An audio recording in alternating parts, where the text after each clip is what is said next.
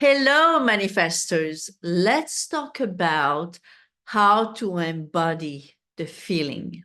And by the way, I made a podcast this week about this topic. And if you want to check it out, the link is down below, just under this video and in the first comments as well. So how do you embody the feeling of being the person that you want to be? The feeling of being married, for example, as someone asked a question in my Facebook group earlier this week. By the way, my name is Sylviane. I am a manifesting coach. And if you need my help to manifest your desire, one-on-one coaching, group coaching, email coaching, or my manifesting guide, all the links are down below as well. So the best way to go about understanding what does it feel to feel that you are the person that you want to be. So for example, you want to be married and you are now single, you've never been married, you may never have been in a relationship even. How does it feel to be in a relationship? So first, what do? Well, you go to what you already know. Let's take something that you already are. Anything. What are you? Are you a secretary, for example? Are you a teacher? Are you a cat lover? What are you? What are different things that you are as a person? Go there. Go to at least one of those places and analyze, how does it feel? How does it feel to be that person? How do you feel being that person? It most likely feels very natural. You are naturally being that person. You are naturally being a cat lover. You are naturally being your profession. You are naturally being whoever you are. This is the only thing you have to do to embody the feeling of being the person that you want to be, even if you've never been that. So the fact that you've never been married, it's not an excuse, because guess what? If you are a woman and you never had a child before, well, the moment you have one, you never had one before. So you could say, well, I don't know how it feels to be a mother. I've never been a mother. The moment you become a mother, you have no choice. You embody the feeling of being a mother. So let's say you want to be a mother, but you've never been one before. Embody the feeling of being a mother by asking you questions such as, how would I feel right now if I had a child?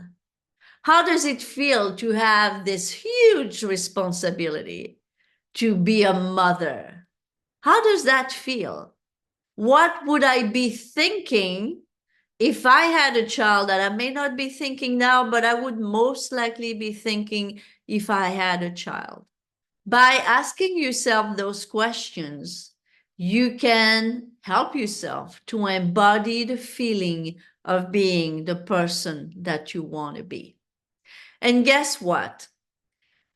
Don't tell me that you have no idea about how it feels, because you could never want something if you had no idea whatsoever how it feels, because you wouldn't care. If I don't care about something, of course, I have no idea how it feels and I don't want to know. But if I want something, so let's say I really want to be in a relationship, I must have a pretty good idea how it feels, because you know what? If I had no idea, I wouldn't even want it. Nobody wants something they have no idea how it feels. And the same is true for the opposite. If you want something, you have a pretty good idea how it feels. So let's say you are poor right now And you're telling me, well, I don't know how to feel wealthy. You have a pretty good idea how it feels to be wealthy. That's why you want it. Why do you want to be wealthy? Because being wealthy means I am financially free. It means that I have no problem with money whatsoever. It means that I don't have to check on prices. It means that the anxiety around money is all gone, and so forth and so on. So at the end of the day, yes, I have a pretty good idea how it feels to be wealthy, even if I've never been wealthy before. So every time you want to say, I don't know how it feels, ask yourself this question. Would I want it? Would I want it if I had no idea how it feels? The answer is no. Most likely you wouldn't even care. If you had no idea, how in the world do you want something you don't even know how it feels whatsoever? What do you want to feel something you don't even have any idea how it feels? It's impossible. You want something because you have a pretty good idea how it feels, right? And also, whatever you feel right now, whatever state you have embodied right now, is what you are creating right now in your very life. So, for example, to take the relationship example again, let's say you want to be in a relationship or you want to be married, but you are single. Why are you single? You are single because it's the state that you feel that you are. So how does it feel? How does it feel to be single? Ask yourself the question right now. You are single, so how do you feel? How does it feel? And if you can tell me or anyone or yourself how it feels to be single, you are actually mastering that state pretty good, and that's why you are. So in order to manifest a desire, any desire, as I always said and will say it more and more even, it starts with a decision. So let's say until now, I was single because I agreed with that. I agreed with the fact that I am single. I was in a state of being single. But let's say I'm tired of it. I do no longer want to be single. Therefore, I close the door to that state. I leave the state out. I quit the state. I remove myself from that state that is here. A state is always there for you to go back in if you want to. But I'm leaving that state. And I am now deciding to embody the state of being married. So how would I feel if I was married? What would I be thinking right now? What would be my concerns? What would be my interest? How would I feel if I was married? And it's an inner feeling that I develop more and more as I go. But it's not something new. It's just a different feeling. But by not something new, what I mean is that you've always been in some type of state that meant that you were whatever you are or whatever you were. But you already know what a state feels because you are right now in a specific state or states. So if I want to change my state even to the opposite, such as being single and being married, I decide to leave the state of being single and become a person who feels like a married person. This is what Neville says about states and about imagine or acts. However much you seem to be living in a material world, you are actually living in a world of imagination. The outer physical events of life are the fruit of forgotten blossom time's results of previous and usually forgotten states of consciousness. They are the ends running through of oft-times forgotten imaginative origins.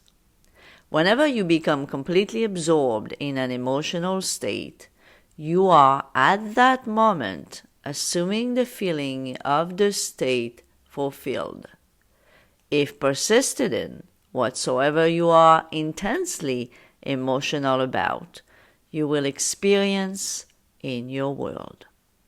So here Neville is telling us that when we become emotionally absorbed in a state, and we repeat that, we purposely and intentionally repeat that feeling, being emotionally absorbed in a state over and over.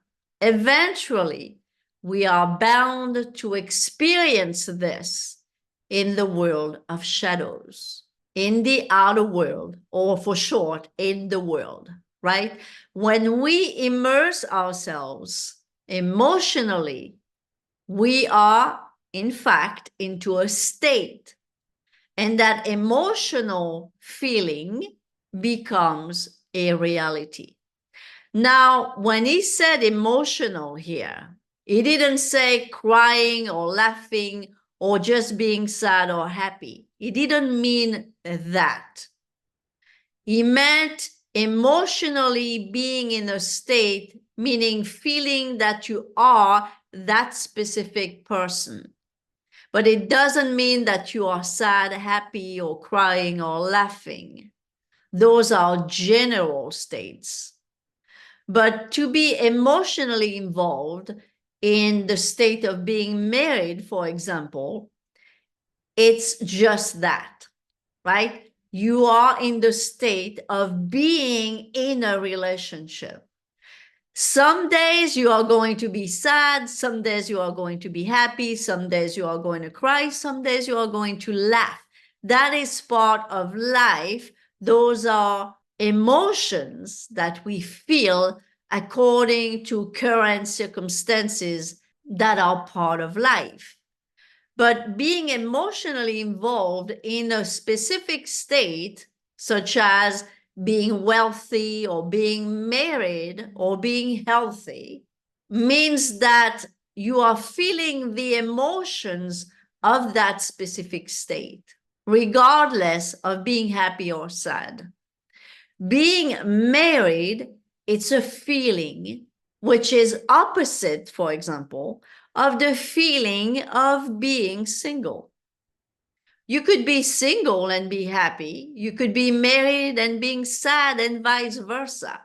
So this is why here, if you know Neville's teaching anyway, there should be no debate about this.